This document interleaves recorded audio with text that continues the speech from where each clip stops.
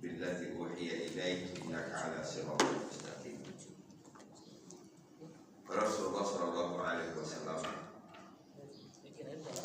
man qara'a harfan min kitabillah falahu hasanah wal hasanatu bi asyri amsalha la aqulu alif lam mim harfun walakin alif harfun wa lam harfun wa mim harfun.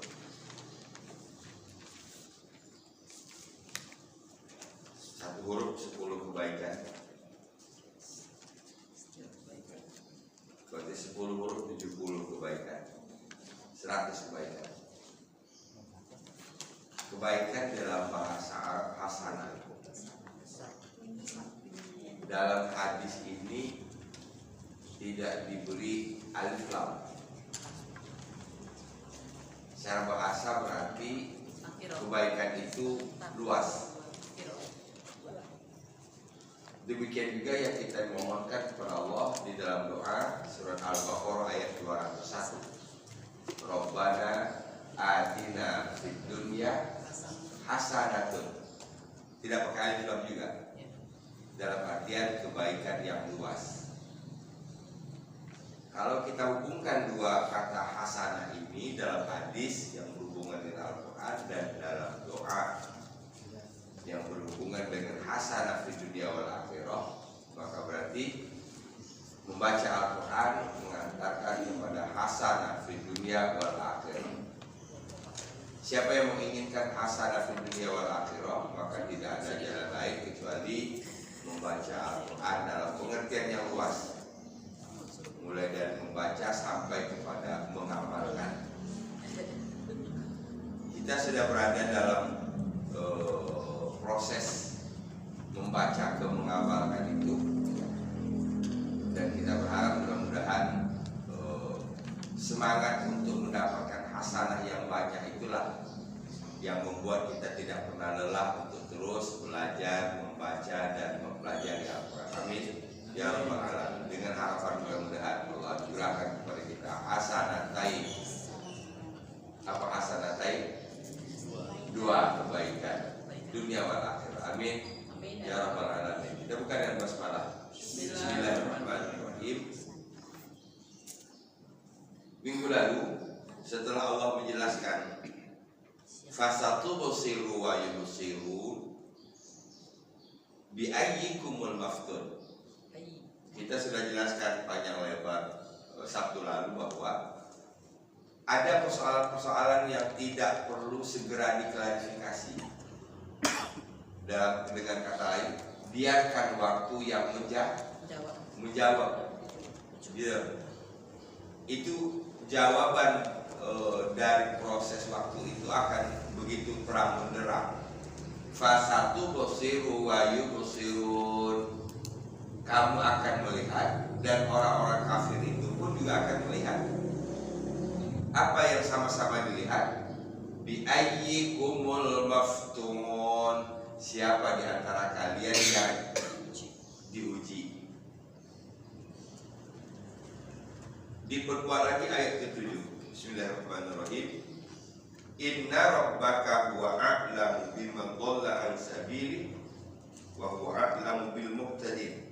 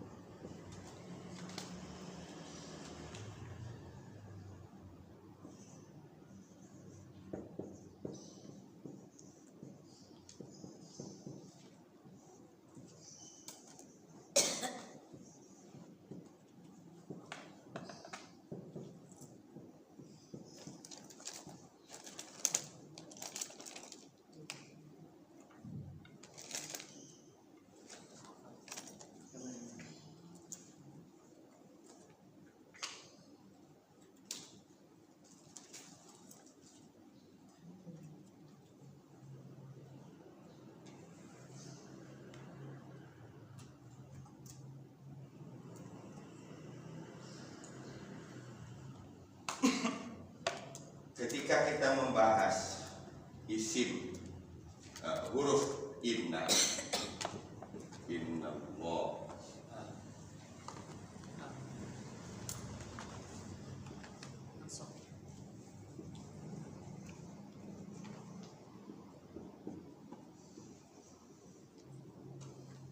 maka kita ingat ini.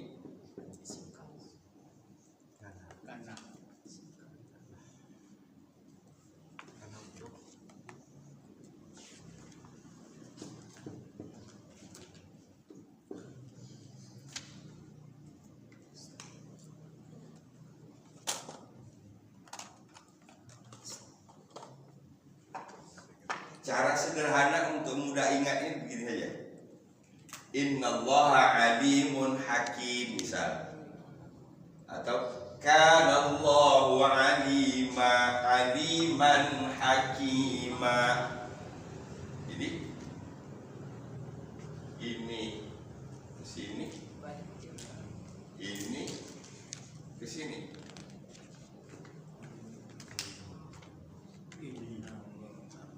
Ini isim, ininya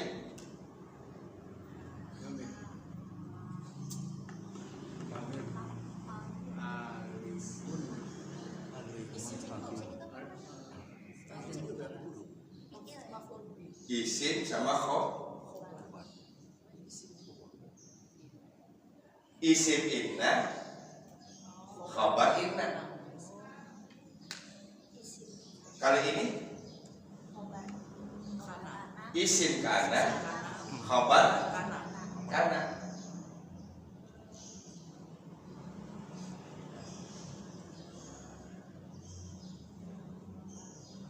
Berarti inna itu menasobkan isim, merofakkan khabar.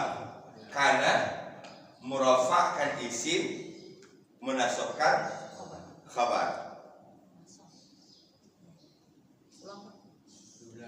Ulang. Inna menasobkan isim, merofakkan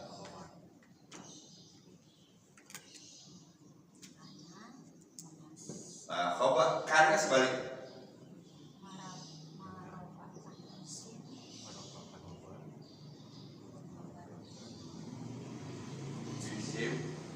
menasabkan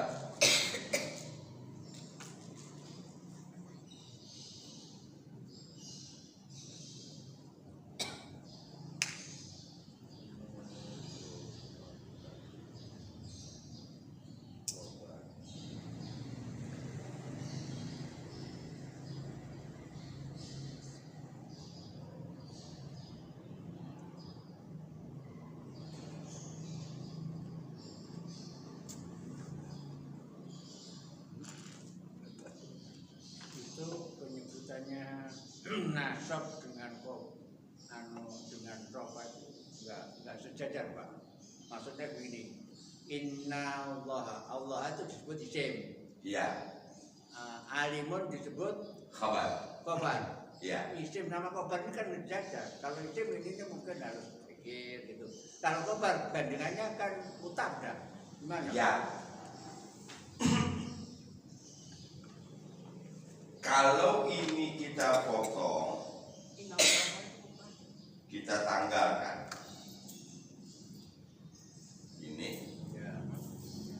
Oke. Ya. Maka ini jadinya ini kita buang nih. Innanya dibuang, kananya dibuang. Ya. Ini posisi di sini jadinya Mubtada.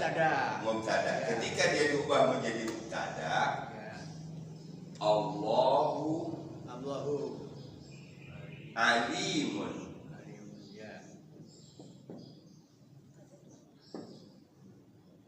Ini mubtada, ini khabar. Jadi mubtada khabar kalau dimasuki oleh huruf inna dan kana, mubtadanya berubah menjadi isim. Berubah menjadi isim. Oke. Gitu ya. Berubah menjadi isim dari huruf sebelumnya. Isim inna. Isim inna. Ya. isim kana. Itu karena di depannya ada inna dan kana. Kalau inna dan kananya dihapus, sebutan isimnya jadi hilang, berubah menjadi mubtada kok. Di mana harokatnya sudah berubah juga. Harokatnya berubah juga. Kalau dipisah. Baik, Pak. Baik. Baik. Oke. Kan kalau kita balik dari awal lagi, bahasanya begini. Ini mubtada, ini khabar. Ya. Mubtada, dhamma, khabar. Seperti ini. Ya. Kalau dia dimasuki ini, nah itu bahasanya. Ya. Nah sementara tadi karena kita berhubungan dengan ini, tak lompat langsung ke sini. Ya. Baik. Paham? Oh. Jadi Pak Sumadi cepetan, saya belum nyampe jelasin.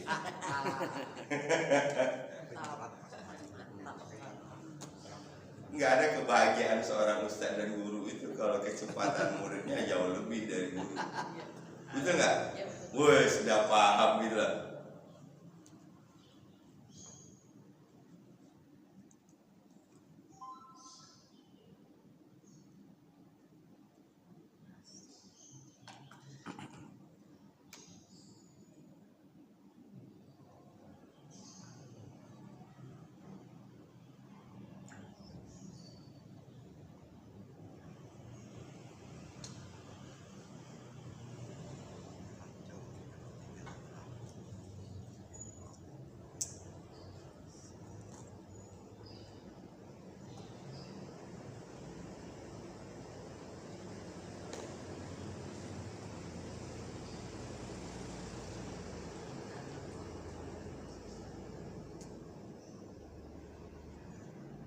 Ini kalau susunannya mubtada khabar.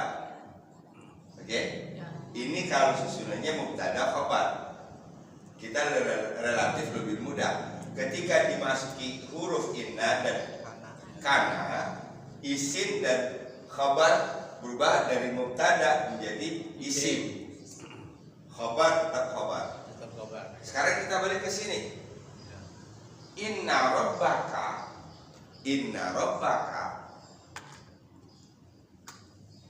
Ini kan berarti kan kita bahasnya di sini kan.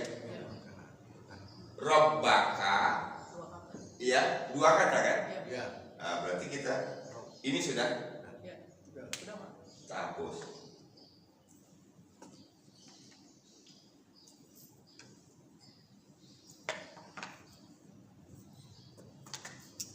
Ini buka. Rabbuka adalah idhofah. Ya. Ini adalah idhofah. Ini idhofah apa?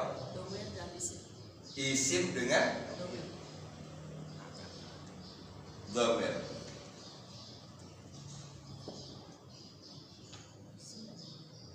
Isimnya Rabbun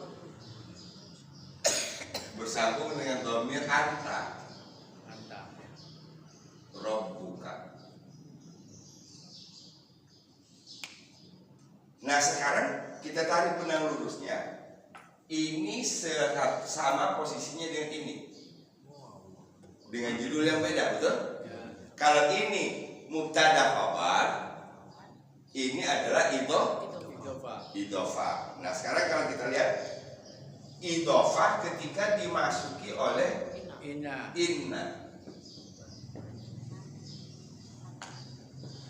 Rabbaka.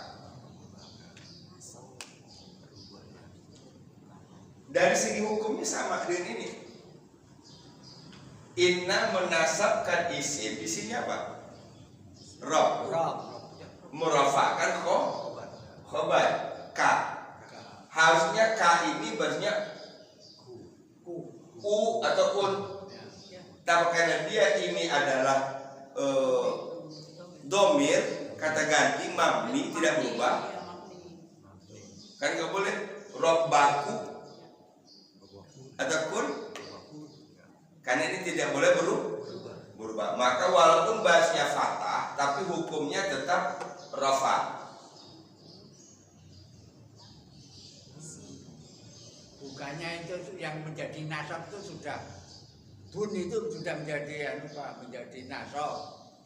Kenapa itu K itu dari ya kan apa itu mabni ya Pak? Itu ya. Jadi nggak berubah itu K-nya. Kayaknya nggak berubah. Ya, jadi yang berubah hanya bun saja. Robnya saja. Ya, ya. Bu menjadi ya, ba. Ya, itu aja. Kenapa nggak robah gitu? Nah, tadi saya salah tanya. Inna robba. Inna robbaka. Kalau seandainya ditambah kana di sini, Karena rob. Karena robbuka. karena di sini sudah rofa, maka kalau dimasuki kana dia tidak berubah. Yang berubah adalah ka. Ini tadi isim kana, khobar kana, berubah sebutannya.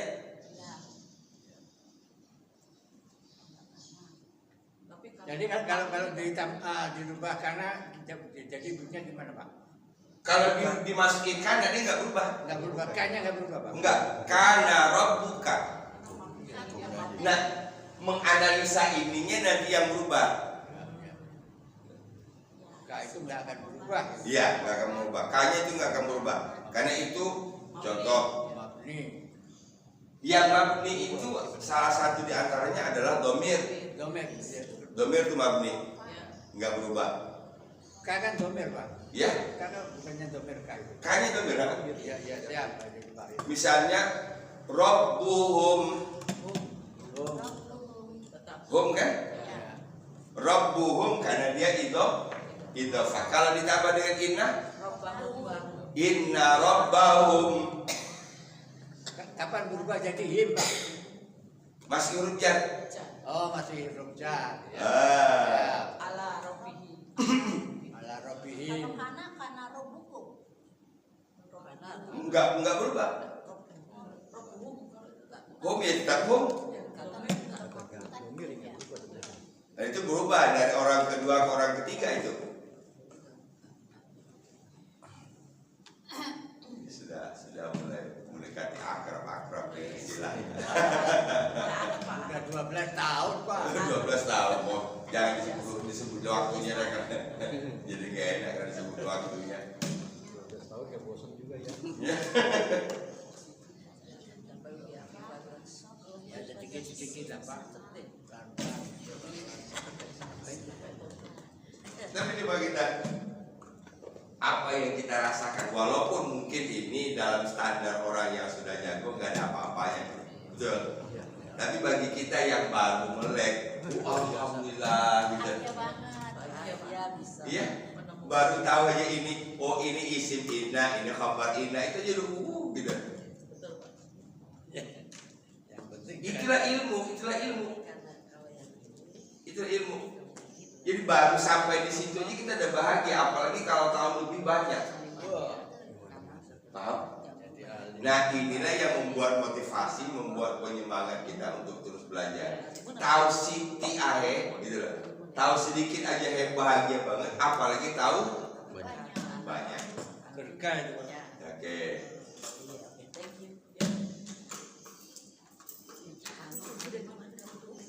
Selesai. Inna rabbaka.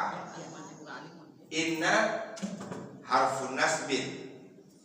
Dari fungsinya inna harfun taukid. Jadi berbeda-beda lagi sudutnya. Kalau dilihat dia sebagai kata isim yang menasabkan, maka inna itu namanya harfun nasbin. Huruf yang menasabkan. Kalau kita lihat inna itu dari segi dia sebagai penguat, maka namanya inna harfut taukid. Jadi dari satu huruf inna itu bisa dua sebutan, tergantung dari sudut mana kita melihat. Nah, semakin banyak ilmunya, semakin banyak dari sudut yang bisa kita lihat. Kalau begitu belajar bahasa Arab Al-Quran sama dengan belajar menganalisa.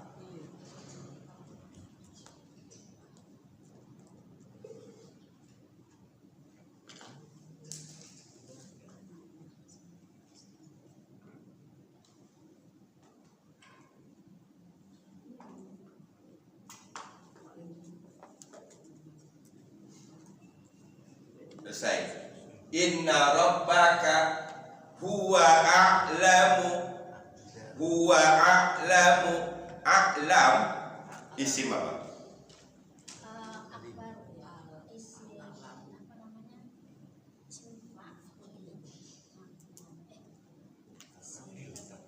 Tafdil. A'lam isim tafdil.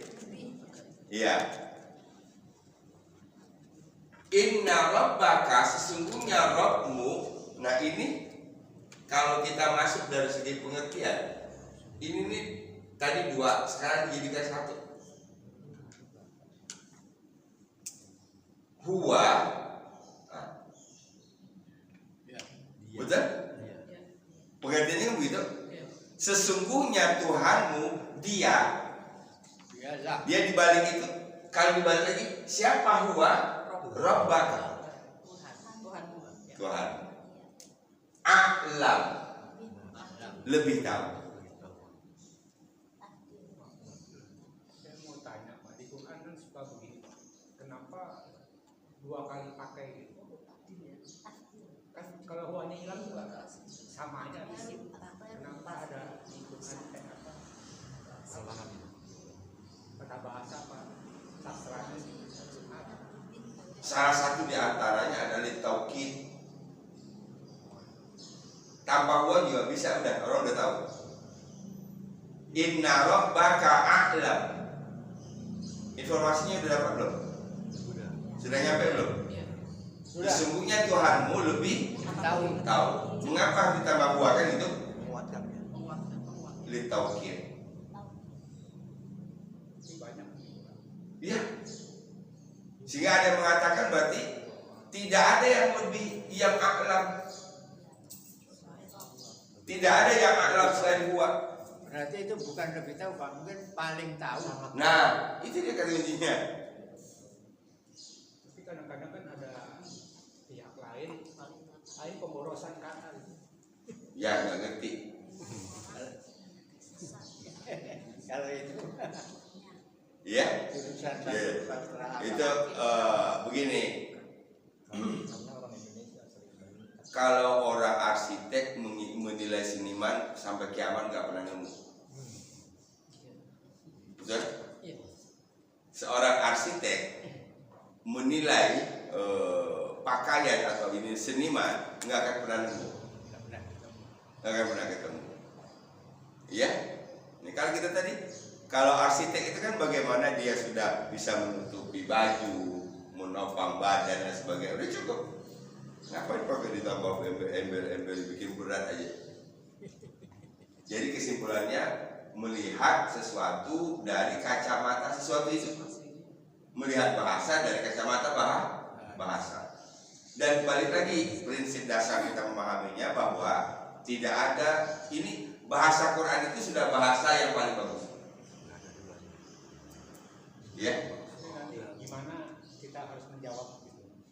Ya, menjawab itu kul huwallahu ahad, sama itu. Ada huwa, ada Allah lagi di sana. Ya. Kul huwallahu ahad. Sebenarnya cukup kata kul Allahu ahad. Enggak usah pakai huwa. Oke. Nah, ini artinya balik lagi bahwa kalau kita memaknai kehadiran huwa ini, bahwa tidak ada di dunia ini yang a'lam. Ini hanya menggunakan lebih, bukan paling. Tapi dalam artian paling. Mengapa? Pembanding, Pak.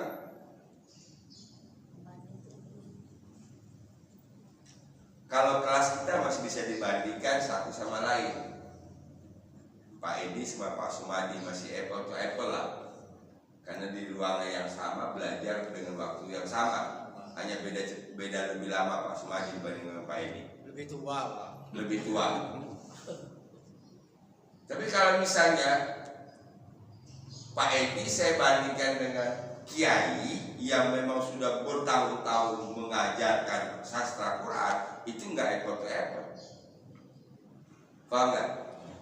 Nah, ini membandingkan tadi antara ayat 5 Fasatubsiru wa yubsirun. Kamu Muhammad akan melihat, mereka orang kafir pun akan melihat. Jadi nggak usah diklarifikasi. Pada akhirnya nanti bi'ayyikumul maftun, akan ketahuan kok siapa sebenarnya yang gila. Kan itu konteks awalnya. Inna rabbaka huwa a'lam. Ini bukan hanya penetapkan bahwa Allah alimun, maha mengetahui, tetapi di antara dua tadi, Nabi Muhammad dan orang kafir, Allah a'lam. Paham? Nah ini nggak perlu disebut alimun, nggak perlu. Paham nggak maksudnya?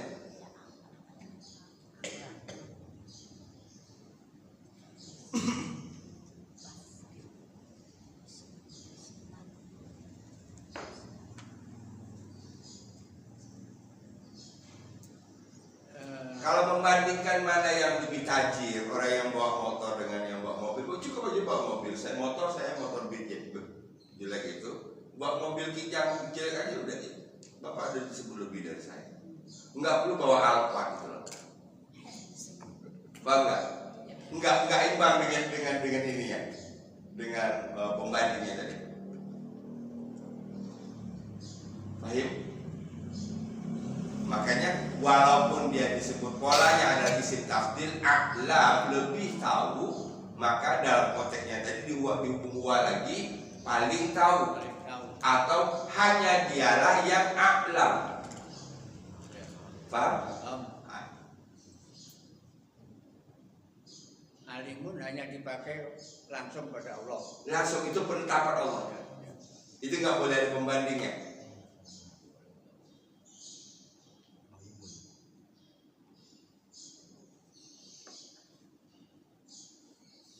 Inna rabbaka, sesungguhnya Rabbmu, huwa a'lam, dia lebih tahu. Oke? Berkaitan dengan apa? Bimam dhalla an sabili. Biharful jar. Man isim. Ya? Nanti dia bisa menjadi isim istifham, kata tanya. Di sini artinya dengan bukan siapa, orang yang dhalla, sesat. Fi'il apa? Isim apa fi'il? Fi'il apa? Mati. Dhalla berarti mudhari'nya Yaqdol.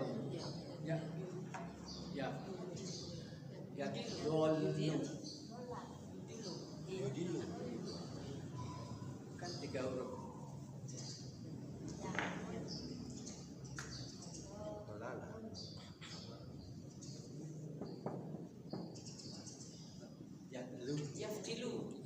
yadhillu.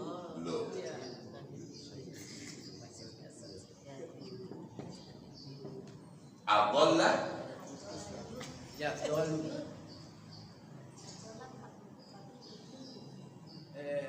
Yufdilu. Tilu. Yang pasti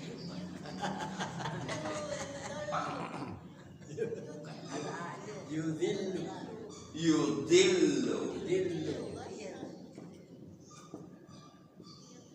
Sekarang kita potong ini.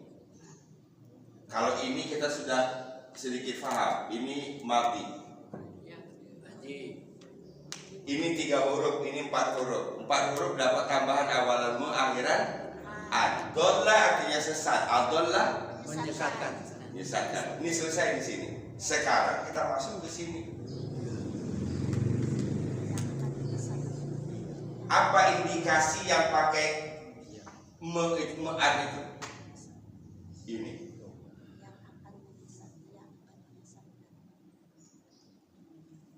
Yadillu, dia sesat. dia akan sesat. Dia sedang sesat. Yudillu, dia akan menyesatkan. Jadi indikasi me'annya di dhammahnya. Kali ini indikasi me'annya adalah di alifnya, tambahannya. Telah menyesatkan. Nah, dalam Quran kan banyak ketemu begini. Ya. Yudillu bihi katsiran wa yahdi bihi katsiran wa ma yudillu bihi illa al-fasiqin. Bukan sesat tapi sana, tapi dia menyesatkan banyak orang dan memberi petunjuk banyak orang.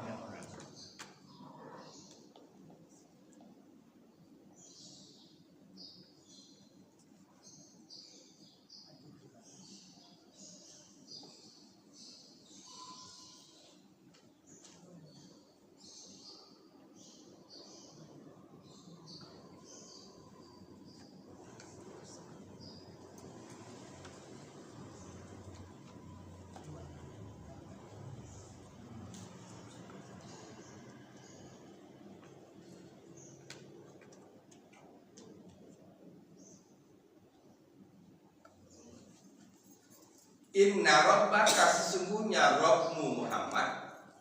Kembali ka ini, kembali dhamir ka ini kembali kepada Muhammad.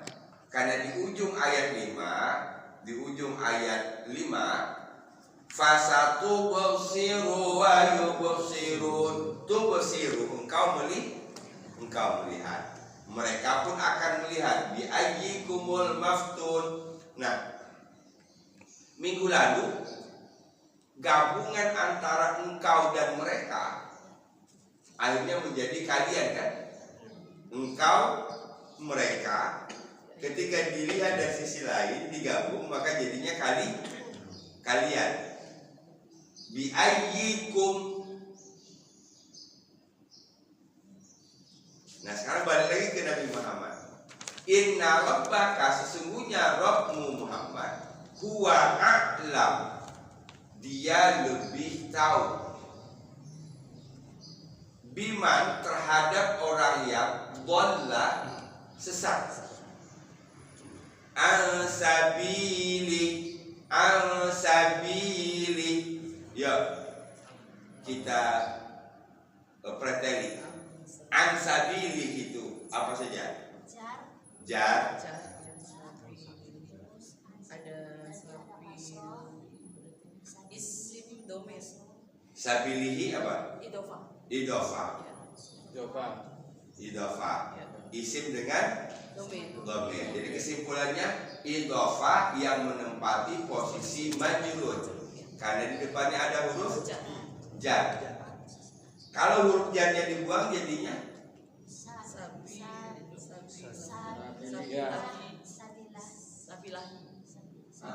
sabilahi.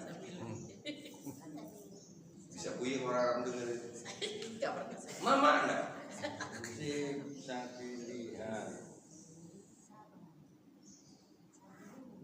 Oke. Tadi ansabilihi, an tadi huruf jar. Terus berarti sabilihi adalah idofah yang menempati posisi majrur. Nah sekarang an-nya kita buang. Jadinya berarti kembali ke idofah. Betul?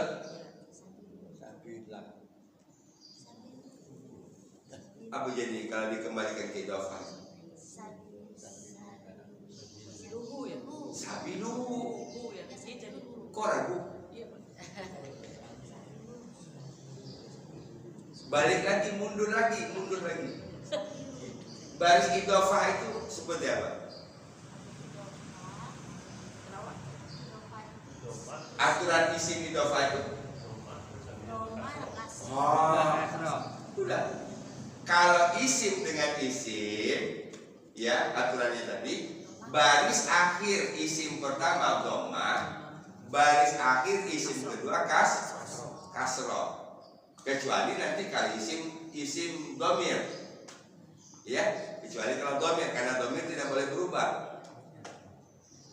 Berarti hi di sini adalah domir. Baris pertama. Rumah. Ini domir. Berarti aslinya sabiluhu, sabiluhu, sabil isim, hu domir. Karena ada huruf jar, an sabili hi.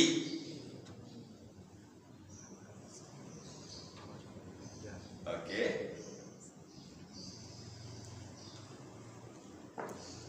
Padahal tadi sudah dibahas inna rabbaka. Ketika innanya dibuang jadinya rabbuka. Mengapa rabbu? Karena isim pertama harus bahasa akhirnya harus dhamma. Karena dia idhofah.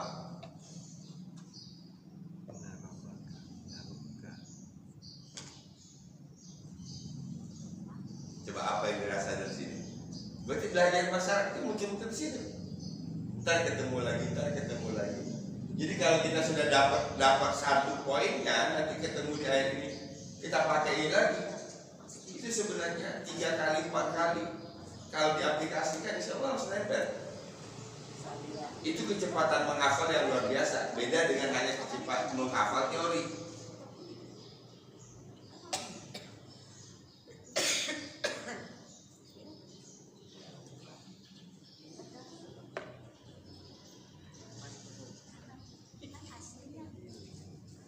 Pak, saya masih bingung di itu Pak, di domir dulunya Pak. Di domir, yang bingung apanya?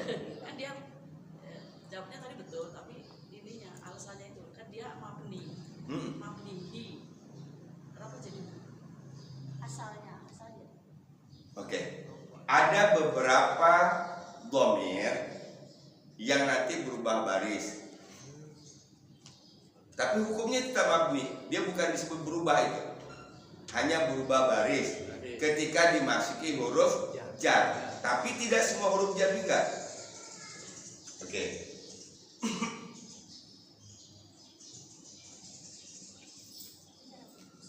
Yang berubah itu cuma 2, hu dengan hum. Kan ada him, hu. Huwa asalnya jadi hu kan? ya? Kan? Dua, hum kan? Ya. Hum ya juga hum. Ya. Hum. Sekarang coba kita asumsikan dengan huruf jar. Huruf jar itu min, ila, an, ala, fi, bi, ka, li. Apa mati? Misalnya min, Min, darinya laki-laki jadi apa? minhi, Minhi. Nggak ada minhi, minhu. nggak ada minhi, Nggak ada. Oh iya. Berarti min tidak mengubah hu menjadi hi, Iya. atau min tidak mengubah hu menjadi him. Atau sekarang dari mereka pernah nemu nggak min him? Nggak ada pernah. Memang nggak ada. Aneh memang. Gitu. Itu kenapa ansabilihi Ustaz? Nah belum masuk, Belum sampai. belum nyampe. Oh, itu ada isi kan. Ini kita lagi ngacak nih. Iya. Tadi dia berubah isim domir itu mabni, oke? Tapi ketika dimasuki huruf jar ada beberapa yang berubah baris. Beberapa itu saya sebutkan 2, hu dengan hum. Tapi tidak semua huruf jar mengubah barisnya. Kita contoh min nggak mengubah. Sekarang kita masuk ila. Tadi min. Waduh, ini betul-betul di preteli. Ini sebenarnya nggak ada alasan nggak bisa sebenarnya.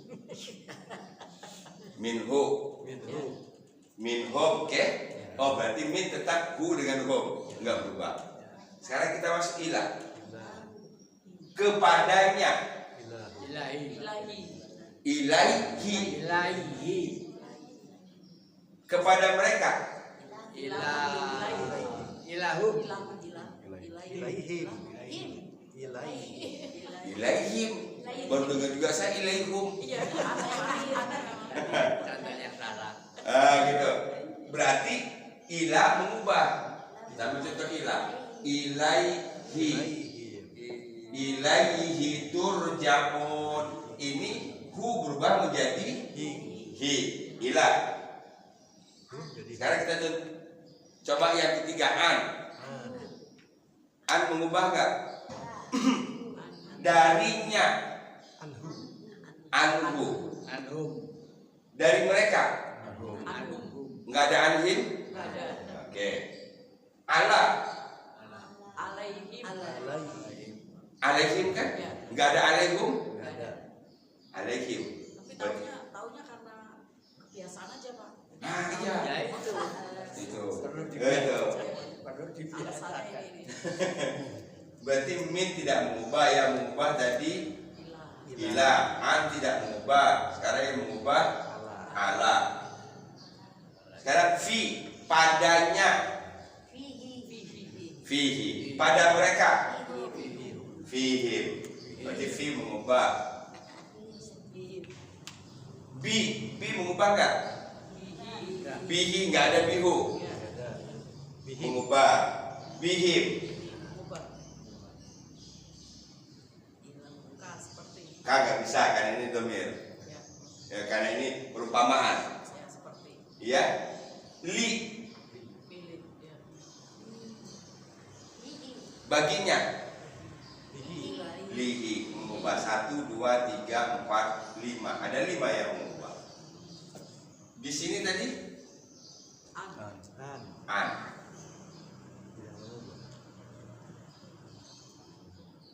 Tidak berubah. Iya. Anhu. Tapi karena hu di sini huruf sebelumnya itu sudah kasroh. Kan sabili. Oke? Apa itu jadi? Sabilihu. Enggak pernah dengar. Nah, gitu. Maka dia dimudahkan sini. Pada dasarnya an ini tidak mengubah menjadi hi. Paham?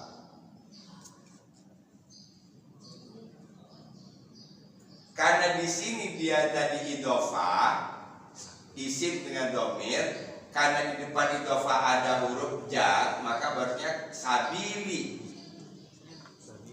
Nah, akan menjadi aneh bunyinya kalau sabilihu. Iya.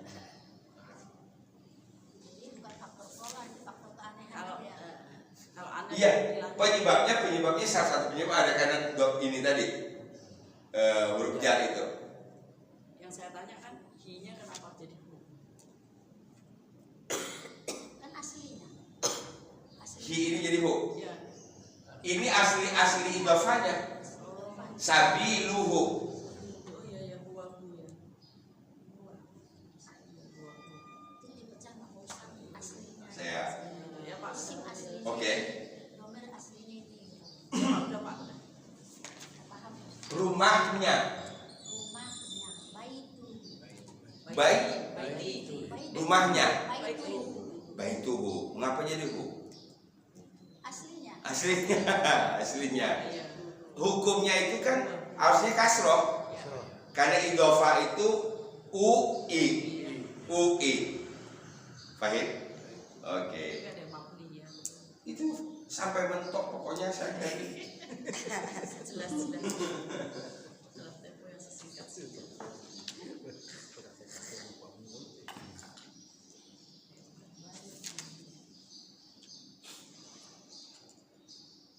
Kan kalau dari segi terjemahan saya rasa ini sudah bagi orang tadabbur ini udah gitu.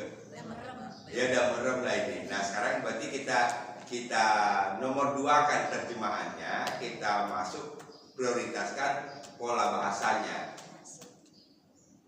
Jadi kapan kita memprioritaskan bahasanya tadi? itu ini salah satu di antaranya. Karena dari segi arti kita sudah ini sangat banyak ketemu seperti ini. Inna rabbaka huwa a'lamu bima dhalla, relatif tidak ada kata baru. Tapi ketika nanti kata-katanya sulit, fokusin ke kata-katanya. Sesungguhnya Tuhanmu Muhammad lebih tahu terhadap orang yang sesat dari jalannya. Nah, kalau tadi yang dibicarakan di awal adalah kaum musyrikin dan Nabi Muhammad, maka man ini kembali ke siapa? Man dhalla an sabili ini kembali ke mana? Musyrikin. Oke, nyambung belum cara berpikir? Tadi kan di ayat atas orang musyrikin menuduh Nabi Majnun. Oke? Ini kita balikin lagi nih biar kita dapat kerangkanya. Kata Allah, udah kamu nggak Nabi Muhammad, kamu nggak usah klarifikasi, kamu nggak usah bela diri. Sejalan perjalanan waktu, fasatu busiru wa yubsirun. Nanti kamu akan terjawab kok, akan melihat kok siapa yang sebenarnya Majnun. Berarti tadi pembicaraan itu berkaitan dengan dua orang, kaum musyrikin dan Nabi Muhammad. Nah di sini inna rabbaka, sesungguhnya Tuhanmu, mu-nya ini kembali ke Nabi Muhammad. Wa a'lamu bima dhalla an sabili, dia lebih tahu terhadap orang yang sesat dari jalannya. Siapa man dhalla an sabili? Musyrikin. Jadi ayat ini kembali ke Nabi, ini kembali ke musyrikin. Paham?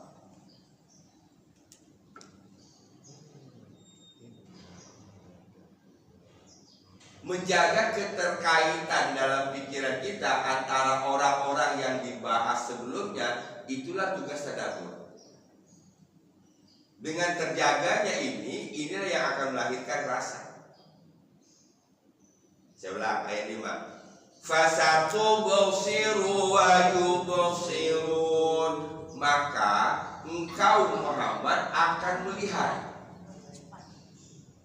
Wa yubsirun, dan mereka pun orang-orang musyrikin itu akan melihat juga. Engkau dan mereka tadi sudah bahas. Sekarang dilihat dari sudut lain. Bi ayyikumul maftun, siapa di antara kalian? Ini bukan orang kedua dan orang ketiga lagi, karena yang berbicara Allah, otomatis orang pertamanya adalah Allah, Nabi dan orang musyrik orang kedua. Maka disebutkan bi ayyikumul maftun, siapa dari kalian yang gila? Balik lagi, inna rabbaka, balik lagi ke Nabi. Sesungguhnya Tuhanmu ya Muhammad, huwa a'lamu, dia lebih tahu, bima dhalla an sabili, terhadap orang yang sesat dari jalannya. Nah, siapa man dhalla an sabili? Musyrikin. Karena tadi pembicaraannya dua, Nabi dan musyrikin, berarti ayat lanjutannya adalah untuk Nabi.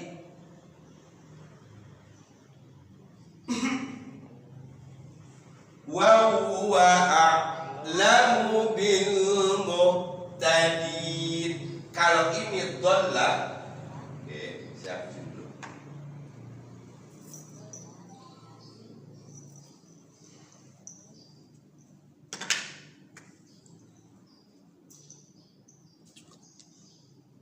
Man dhalla, orang yang sesat di sini adalah musyrikin.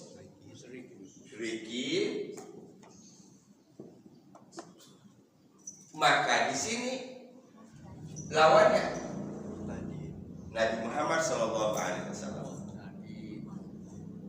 Wa huwa a'lamu bil muhtadin, dan dia juga lebih tahu terhadap orang-orang yang mendapat petunjuk. Kan kalau kita mau kritisi lagi, muncul lagi pertanyaan. Ini dalam bentuk kata kerja, ini dalam bentuk kata benda. Muhtadin adalah isim fa'il dari ihtada.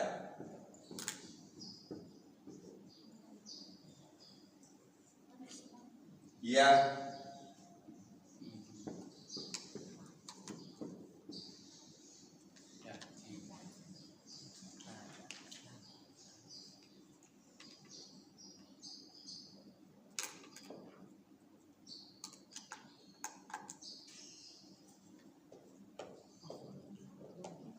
belum nyampe saya ilmunya. Paham nggak maksud saya? Dikit, Pak. Mengapa untuk orang sesat tadi menggunakan kata kerja dhalla? Mengapa untuk nabi dan orang-orang yang mendapat petunjuk Allah menggunakan bukan? Berarti kan kalau kita mau dibuat sama pola ini dengan ini, wa huwa a'lamu bimani tada.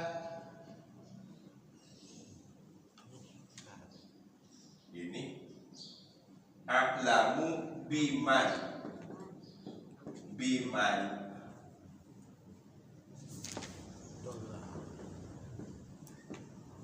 mani. Nah, ini sama polanya.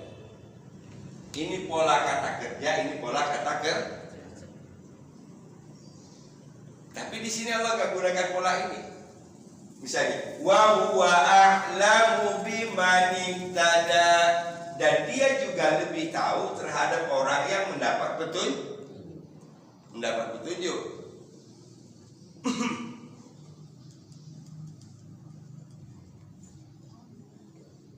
Tapi di sini muhtadin.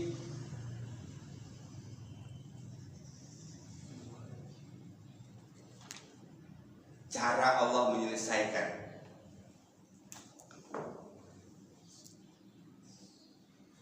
Orang musyrik disebut dengan dhallah, Nabi disebut dengan muhtadin. Udah ada dapat hiburan. Bukan hanya sekedar meluruskan itu, bukan hanya sekedar memberikan predikat penilaian.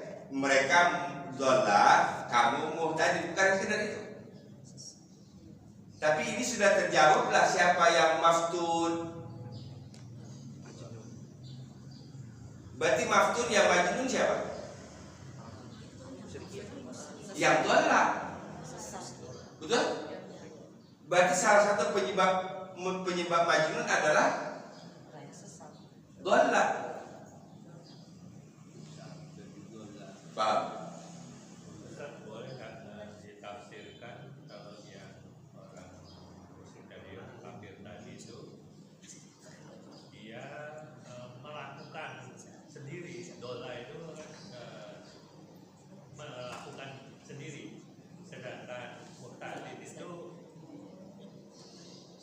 dibuat oleh Allah menjadi dapat petunjuk. Artinya orang-orang kafir itu dia mengalami kekafiran itu karena dia memang menyesatkan dirinya sendiri, sedangkan Nabi Muhammad itu memang sudah disetel oleh Allah itu menjadi seseorang yang dapat petunjuk. Yang satu sifat, yang satunya merugikan diri sendiri. Oke. Bisa. Ya. Dan kalau kita lihat di dalam Al-Quran, untuk orang yang sesat itu jarang Allah menyebut dengan kata bendanya, tapi selalu dengan kata kerjanya. Artinya pekerjaan dialah yang membuat dia sendirilah yang membuat dia sesat. Sebaliknya, ketika mendapat petunjuk, Allah selalu banyak menggunakan isim fa'il. Yang diberi petunjuk, yang mendapat petunjuk, misalnya Yang beruntung. artinya yang mendapat petunjuk itu bukan karena Nabi. Nabi bukan Nabi yang membuat dapat petunjuk. Tapi karena ada perbuatan Nabi, ada alasan Allah, seseorang itu dimasukkan dalam kelompok muhtadin.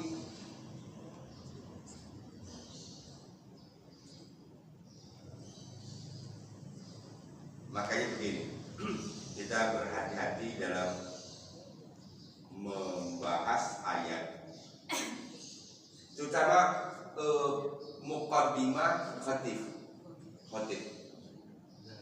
Fatimah. Ya, saya contohkan begini.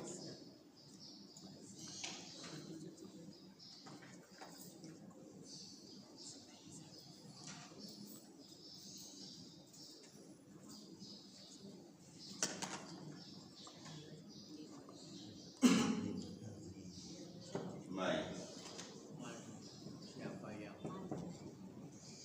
ya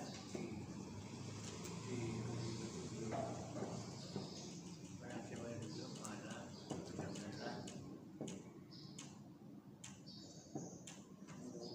janganlah baginya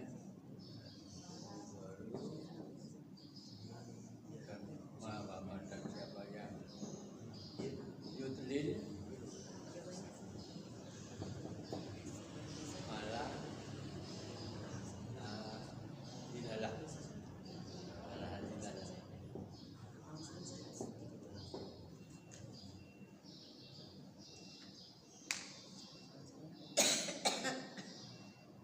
walau misalnya sesat dan dapat petunjuk itu hak prerogatif Allah kan? Betul? Sesat dan dapat petunjuk itu hak prerogatif Allah. Tapi dalam kacamata tauhid tidak pantas kalau kita mengatakan Allah yang menyesatkan. Paham? ya. Tapi pengertian seperti itu sebenarnya ada ya. Ya. Ya. Nah, ini kalau kita cermati muqaddimah itu begini. Mayyahdihillahu fala mudhillalah.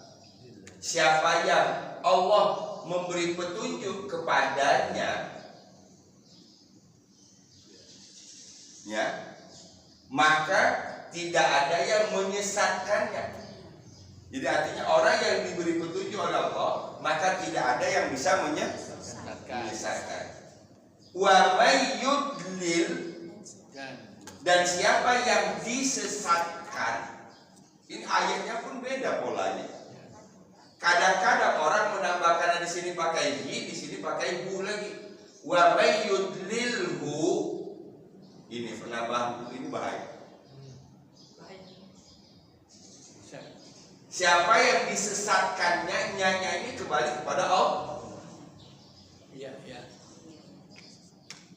Walaupun mungkin dalam bahasa ini bisa-bisa saja, karena baik dan buruk seseorang itu tergantung kepada Allah, betul?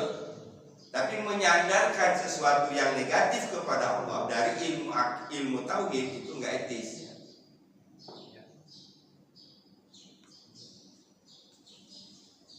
Sama dengan begini Pak, bahwa karun itu bukan kemauan karun gitu itu tidak boleh ya Pak. Itu Ya. karena kemauan Allah. Ya. Karena itu kan negatif Pak. Saya sering dalam hati tanya begitu. Tapi nanti yang perlu dibahas lagi supaya tadi bahwa di mana peran Allah, kan gitu. Di mana peran Allah? Peran Allah itu salah satu di antaranya adalah pembuat aturan.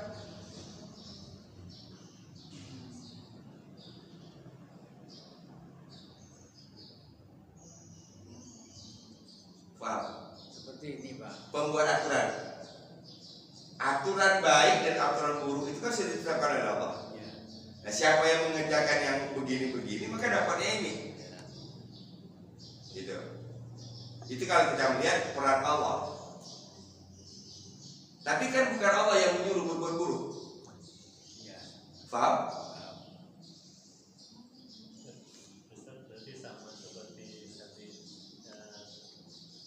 setiap anak itu dilahirkan suci. Ya. Kedua orang tuanya lah yang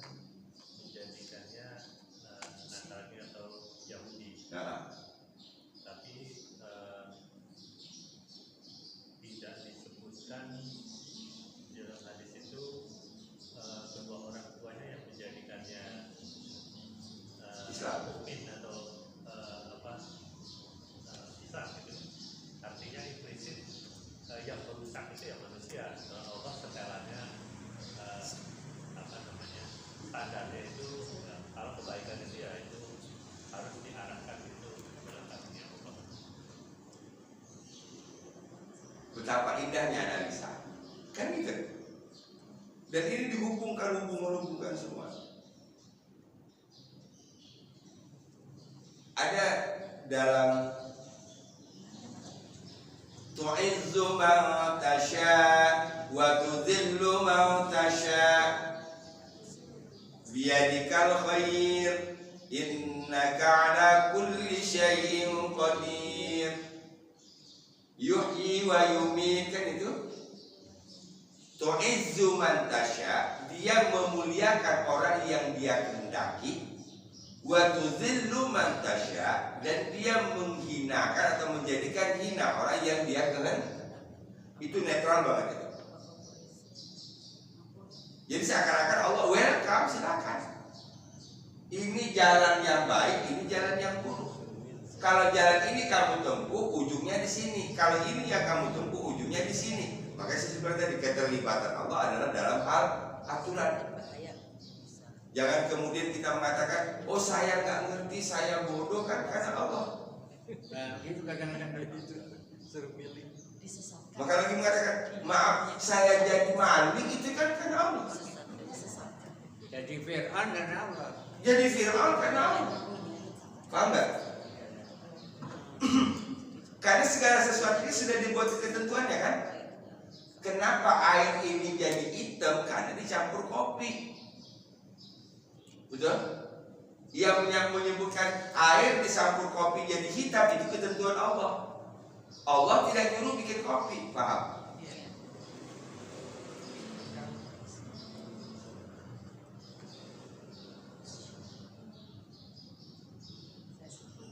Jadi ada dua sudut dari segi hukum, yang kedua dari segi tauhid kita kepada Allah Subhanahu wa taala. Dan biasanya jarang menyandingkan yang negatif kepada Allah. Siapa yang diberinya petunjuk, siapa yang diberinya petunjuknya itu Allah. Fala mudhillalah, maka tidak ada yang bisa menyesatkan. Wa may yudlil, siapa yang disesatkan, nggak usah dijelasin Allah yang menyesatkan. Karena yang menyesatkan tadi seperti yang menjadikan anak Yahudi, Nasrani kan orang tuanya. Satu. Kedua, Al-Fatihah. Siratal ladzina an'amta 'alaihim. Terus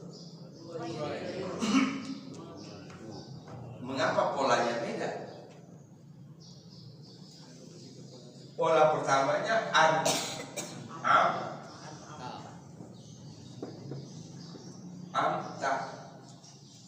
Mengapa untuk yang sebaliknya disebut maghdub?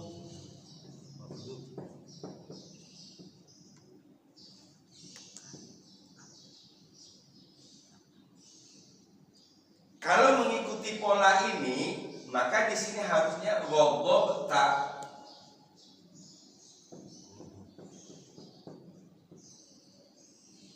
Alasannya apa Pak itu Pak? Nah, itu. Di situ Pak. Coba kita lihat. Ya. Belum nyampe dan belum nanya. Yamaha ini Yamaha selangkah di depan. Takut ditanya. An'am takut ditanya bisa juga. Telah engkau beri nikmat, menyandarkan nikmat kepada Allah, gitu. Oke? Menyandarkan nikmat kepada Allah. Ini soal akidah. Karena semua kenikmatan yang kita dapat dari Allah. Sementara di sini maghdub artinya yang dimurkai. Jalan orang-orang yang telah engkau beri nikmat. Oke? Nanti dijelasin lagi siapa orang yang diberi nikmat itu. Nanti dalam ayat lain ada banyak penjelasannya. Tapi Allah menyebut dalam hidup ini hanya dua. Ada jalan orang yang Allah beri nikmat, ada jalan yang dimurkai. Nah ini kan enggak, polanya beda. Maka saya sering sebutkan, ada orang yang menerjemahkan jalan orang-orang yang telah engkau beri nikmat, dan bukan jalan orang-orang yang engkau murkai. Itu fatal salahnya. Logikanya kan masih bisa diterima, Diterima kalau menyamakan ini dengan ini. ya gitu. Tapi kan Tapi nyatanya ayatnya nggak buat pola yang sama. Iya. Kasarnya aja begini, kalau baik itu karena Allah, kan kalau jelek kita nggak boleh bilang karena Allah gitu loh. Ya, Siapa Allah menciptakan yang baik. Tapi kan maaf cakep ini saya kan nggak ngerti Pak. Kan kalau gitu kan nggak adil Pak. oke. Kalau itu kan nggak adil. Ini karena saking tinggi, saking besarnya rahmat Allah. Saking besarnya rahmat Allah, maka tidak etis. Tidak etis judulnya. Ini soal etis. Soal etis itu berarti soal rasa. Maaf, saya menyebut seseorang dan saya diprotes oleh anak saya. Ternyata anak saya bahasanya lebih teliti kadang-kadang. Oh itu adiknya cacat. Bukan cacat ayah, berkebutuhan khusus. Ya. Paham nggak? Ya. Karena bahasa itu memberikan penekanan tertentu. Ya. Gitu. Oh dia bukan cacat, tapi dia berkebutuhan khusus. Gitu. Jadi bahasanya. Jadi kalau kita melihat dari sisi keetisan, maka panduannya ada Al-Fatihah tadi. Satu. Kedua, maghdub adalah isim maf'ul. Isim maf'ul, betul? Apa artinya maghdub? Yang di. Kalau sudah berkaitan dengan pertanyaan yang di, maka pertanyaannya sopo sing me. Allah.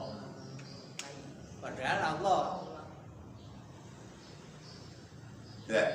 Yang dimurkai, Ya. berarti pertanyaannya siapa yang murka kan gitu? Ya. Apa hanya Allah yang murka? Ini sering Dalam. mengganggu Pak ini Pak. Mengganggu tauhid. Makanya tadi kehati-hatian dalam tauhid, ya. Segala yang baik berasal dari Allah. Yang buruk berasal dari diri Manusia ya. sendiri. Itu konsepnya. Sudah. Udah konsep baku itu. Ya. Beda. Sudah. Nah kita dibalik, giliran sakit saya lagi diuji sama Allah. Giliran sehat karena saya makan vitamin. Balik. Karena saya pakai obat yang bagus. Lah kok giliran sehat sayanya yang ke depan. Tentang murka tadi itu yang murka bukan hanya Allah.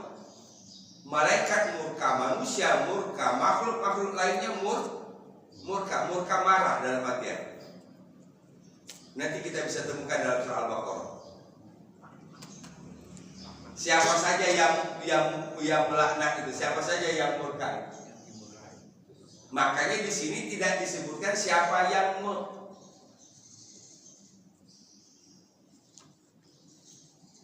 Kita teruskan.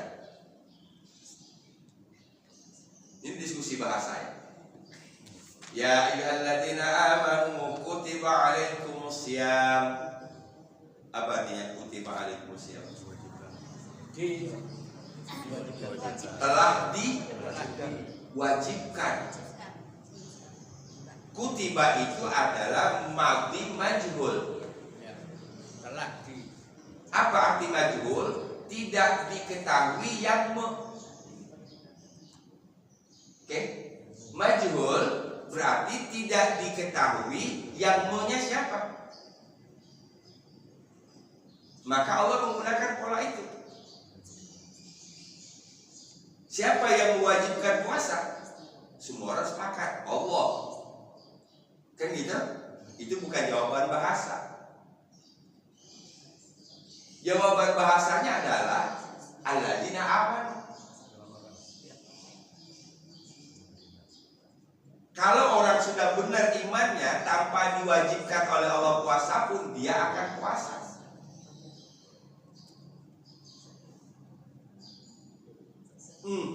Saya CPR banyak hari ini, agak muter-muter dikit.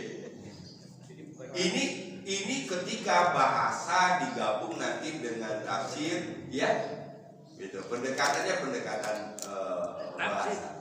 Tafsir. Baik. Nah, buat jadi bahan kita saja kalau buka Quran nanti, ya. Tapi dalam Quran kita tidak menemukan wa may yudlilhu, nggak ada. Bisa lihat dalam surah Al-Kahfi. May yahdihillahu fala mudhillalah. Wa may yudlil, nggak boleh ditambah hu. Siapa yang disesatkan? Pertanyaannya, yang menyesatkan siapa? Banyak pikirannya. Yang menyesatkannya siapa? Lingkungannya. Yang menyesatkannya siapa? Perbuatannya. Kan Allah sudah menyebutkan. Satu begini, saya tutup dengan satu pepatah dari orang Sumatera Barat. Kalau takut dengan gelombang, jangan bikin rumah di tepi pantai. Tahu nggak saya? Tahu. Karena pantai identik dengan gelombang. Kalau takut dengan gelombang, jangan berumah di situ. Dengan kata lain, jangan salahkan gelombang. Kalau bikin rumah di tepi pantai, Di gunung. paham? Itu kata bentuknya. Mudah-mudahan dapat membuka ketika kita baca Quran. Dilanjutkan, Pak. Dilanjutkan besok. Kalau merasa tidak nyaman dengan azan, jangan bikin rumah dekat masjid. Nah, itu silakan dikembangkan gitu. Iya, gitu. Tinggal aja di botanika. Botanika nggak kedengeran loh orang aja. Yang bagian dalam itu. Yang lebih keras lagi, kalau tidak senang cari Tuhan yang lain. Ekstrim. Kan kalau nggak mau disuruh sholat, nggak mau diberi dosa karena tidak sholat, kan gitu. Ya udah, cari Tuhan lain. Rabban siwaya. Berarti konsekuensinya ketika kita memilih Allah Tuhan kita, sembahan kita, include segala kewajiban. Maka kalimat asyhadu alla ilaha illallah itu bobotnya luar biasa. Kalau difahami sebagai termasuk di dalamnya kewajiban. Tapi kalau sekedar mengucapin asyhadu alla ilaha illallah wa asyhadu anna muhammadar rasulullah, masuk surga ya. Nah, saya orang Tadabur berusaha untuk mengubah kalimat ucapan itu bukan sekedar ucapan, ya, gitu. Kebayang betapa saya beratnya melatih calon mantu.